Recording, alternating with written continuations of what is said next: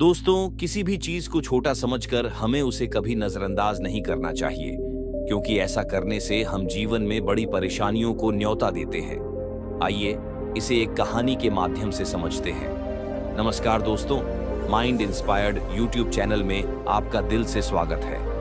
बहुत समय पहले की बात है, एक छोटा सा राज्य था।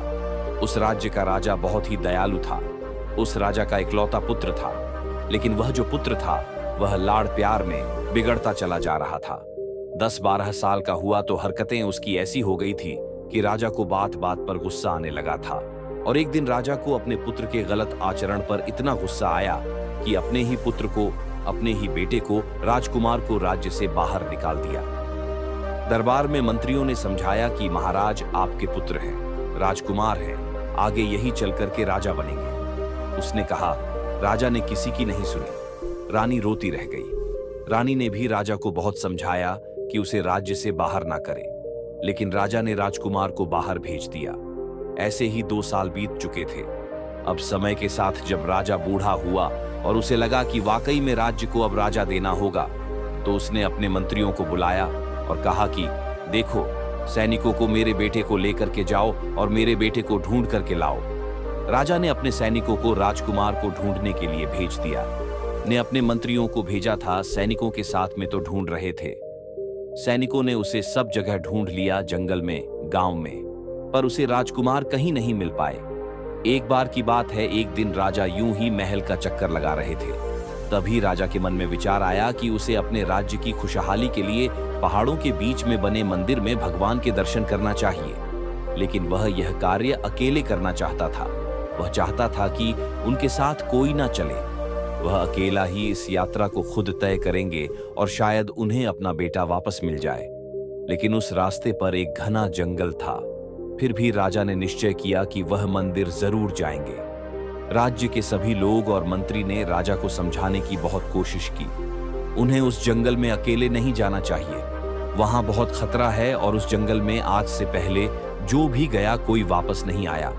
कुछ दिन बाद एक दिन ऐसा भी आया जब राजा ने सभा में सभी लोगों से कहा कि मैं कल भगवान के दर्शन के लिए जा रहा हूं। मंत्री बोले, महाराज, हमने आपसे पहले भी कहा था कि हम में से आप कुछ लोगों को अपने साथ लेकर चलिए। राजा बोला, नहीं मंत्री जी, हम पहले कह चुके हैं कि हमें उधर अकेले ही जाना है। क्या तुम्हें अपने राजा की वीरता पर संदेह है? नहीं महाराज, हमें आपकी वीरता पर कोई संदेह नहीं है, लेकिन उस जंगल के रास्ते में 1-2 फीट का आदमी रहता है। वह बड़ा ही खतरनाक है। जो भी उसके सामने आता है वह उसे मार देता है। साथ ही साथ वह बड़ा चालाक भी है। इसलिए उस जंगल में आपका अकेले जाना सुरक्षित नहीं है। राजा बोला, यदि वह मेरे सामने आया तो वह खुद जिंदा नहीं बचेगा। मंत्री बोला, ठीक है महाराज, आप अकेले जाना चाहते तो आप जा सकते हैं, लेकिन आप बस एक बात याद रखना कि जैसे ही वह आपके सामने आए, आप उसे थोड़ा सा भी मौका मत देना और उसे जान से मार देना, नहीं तो वह आपको चोट पहुंचा सकता है। राजा ने बोला, तुम लोग मेरी चिंता मत करो, मैं अपनी रक्षा खुद कर सकता हूं। कल मैं यात्रा के लिए निकल रहा हूं। सभा समाप्त हो गई और रात हो गई। रानी ने राजा से कहा कि महाराज, आपका वहां अकेले जाना सुरक्षित नहीं है। हमने अपने बेटे को पहले ही खो चुके हैं और अब आप भी चले गए तो हमारा क्या होगा? और रानी यह कहकर रोने लगी। राजा ने रानी से कहा कि देखना, मैं जब वापस आऊंगा तो अपने बेटे को भी साथ लेकर आऊंगा। और राजा सो गए। रात भी गुजर गई। अगले दिन राजा के यात्रा पर निकलने का वक्त हो चुका था। राजा यात्रा के लिए अपने महल से घोड़े पर बैठकर निकल गए। राजा अब महल से काफी दूर आ गए थे।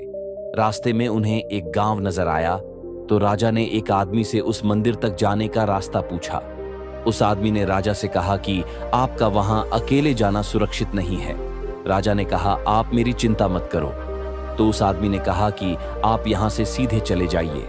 थोड़ी दूर जाने के बाद आपको एक जंगल दिखेगा, आपको उस जंगल को पार करना है, उसके बाद आप मंदिर तक पहुंच जाएंगे। राजा अब वहां से आगे बढ़ चुके थे। जैसे ही वह जंगल में कुछ आगे बढ़े, उनके सामने वही 2 फुट का आदमी आ गया। राजा उसे देख ही चौकन्ना हो गए। राजा घोड़े से नीचे उतरे। राजा उससे कुछ पूछते उससे पहले उसे 2 फुट आदमी ने राजा पर हमला करने लगा। राजा ने अपनी तलवार निकाल ली और उसे लड़ने लगे। लड़ते लड़ते उन्होंने उसे 2 फीट के आदमी को नीचे गिरा दिया और उसकी गर्दन पर तलवार रखकर उसे मारने ही वाले थे कि वह छोटा आदमी बोला, राजा जी मुझे माफ कर दो। आप तो सचमुच बहुत बहादुर और पराक्रमी हो। आपसे पहले बहुत बड़े बड़े लोग आए, लेकिन वह मुझसे जीत नहीं पाए। मैं आपसे माफी मांगता हूँ, आप मुझे छोड़ दो। राजा सोचने लगे, मेरे मंत्री और सेनापति ना जाने क्यों इस 2 फीट के आदमी से डर रहे थे। इसे तो मैंने ऐसे ही हरा दिया। राजा अब अपनी यात्रा के लिए कुछ आगे निकल आए। वह जो 2 फुट का आदमी था, अब वह 2 फुट से 4 फुट का हो गया था। उसने राजा पर फिर से हमला किया। राजा ने भी अपनी तलवार निकाली और उसे 4 फुट आदमी से लड़ने लगे। राजा ने उसको फिर एक बार हरा दिया। आदमी बोला, राजा जी मुझे माफ कर दो, आप बड़े ही दयालु हैं। राजा बोले, तुमसे पहले मैंने 1-2 फुट के आदमी को हराया है और उस पर दया करके उसको छोड़ दिया है। जाओ, तुम्हें भी मैं छोड़ता हूं। तुम भी क्या याद रखोगे? मेरी मंजिल कुछ और है। तुम्हें मारकर मुझे क्या मिलेगा? ऐसा कहकर राजा ने उसे छोड़ दिया। उसके बाद राजा ने अब अपनी यात्रा आगे बढ़ाई।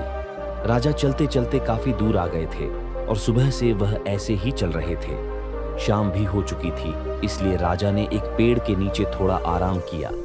वह बैठे ही थे कि उन्होंने देखा कि 8 फुट का एक आदमी तेजी से उनकी तरफ आ रहा है। राजा उसे देखकर काफी भयभीत हो गए, क्योंकि वह आदमी आकार में बहुत ही लंबा था, जो उस छोटे आदमी ने अपना आकार 4 फुट से 8 फुट कर लिया। वह फिर राजा से लड़ने के लिए आया। राजा उसे देखकर हैरान हो गए। इतना बड़ा कौन आदमी है? राजा पूरी जान से उससे लड़े, लेकिन वह जीत नहीं पाए। उस 8 फुट के आदमी ने उन्हें मार दिया और राजा की मृत्यु हो गई। यह बात अब महल तक पहुंच गई थी कि राजा की अब मृत्यु हो गई। रानी के आंसू रुक नहीं रहे थे। सब बहुत परेशान थे।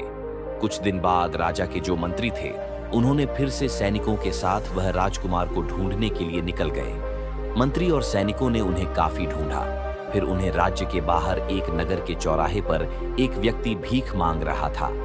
रोज की तरह दोपहर का समय था और उस राजा के जो मंत्री थे वह सैनिक थे। उन्होंने देखा कि चौराहे पर बैठा था, तो मंत्री ने कहा, यह देखा देखा सा लग रहा है।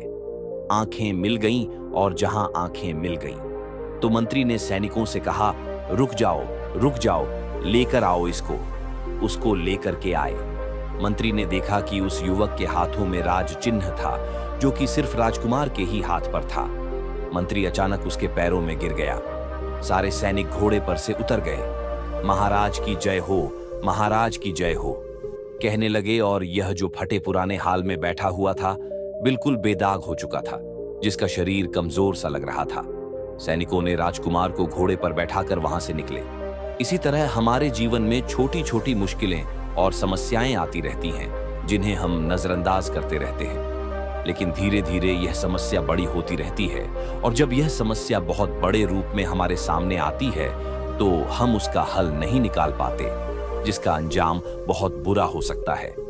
जब समस्या छोटे रूप में हमारे सामने आती है, तो उसका हल आसानी से निकाला जा सकता है। लेकिन समस्या बड़ी हो जाने पर हमारी मुश्किलें और भी बढ़ जाती हैं। जैसे हम किसी कार्य को कल पर छोड़ देते हैं, यह सोचकर कि यह तो इतना सा है, लेकिन वक्त के साथ साथ वह कार्य भी बड़ा हो जाता है। इस कहानी से हमें यह शिक्षा मिलती है कि जीवन जब भी परेशानी या समस्या आए, तो हमें उसी समय उस समस्या का हल निकाल लेना चाहिए, क्योंकि अगर आपने उसे अनदेखा कर दिया तो यह समस्या बड़ी होती चली जाएगी। उसके बाद हो सकता है आप इस समस्या का हल नहीं निकाल पाए। छोटी समस्या को हल करना आसान होता है और बड़ी समस्या को हल करना मुश्किल। इसलिए किसी भी समस्या को कल पर नहीं छोड़े, बल्कि उसे आज ही हल कर दे। दोस्तों, आपने आज के इस वीडियो से क्या सीखा, वह मुझे आप कमेंट में बता सकते हैं। इसी के साथ में उम्मीद है कि आपको आज की वीडियो पसंद आई होगी, तो इस वीडियो को उस इंसान को शेयर करें जिससे यह कहानी सुनने की जरूरत है, और उसी के ठीक बाद चैनल को सब्सक्राइब करें। तो चलिए फिर मिलते हैं ऐसी ही एक और नई वीडियो में एक नए मैसेज के साथ। तब तक के लिए अपना ख्याल रखें। धन्यवाद और नमो।